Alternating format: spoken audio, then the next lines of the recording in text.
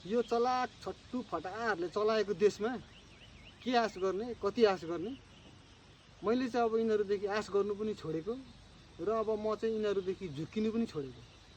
यिनीहरूले व्यवस्थाको नाममा, अवस्थाको नाममा, धर्मको नाममा, जातको नाममा, भूगोलको नाममा है अनेक थरीको नाम लिएर यिनीहरूले झुक्काए। झन् अहिले त पुरै जादुगरवालाहरू आएको छन्। जादुको छडीले चट्टै पारा देश बनाइदिन्छु झै गर्छन् हैन। यिनीहरूको देश बनाउने होडबाजी चलेको छैन। यिनीहरूको आफ्नो आफ्नो ग्याङ बनाउने होडबाजी चलिरहेको छ।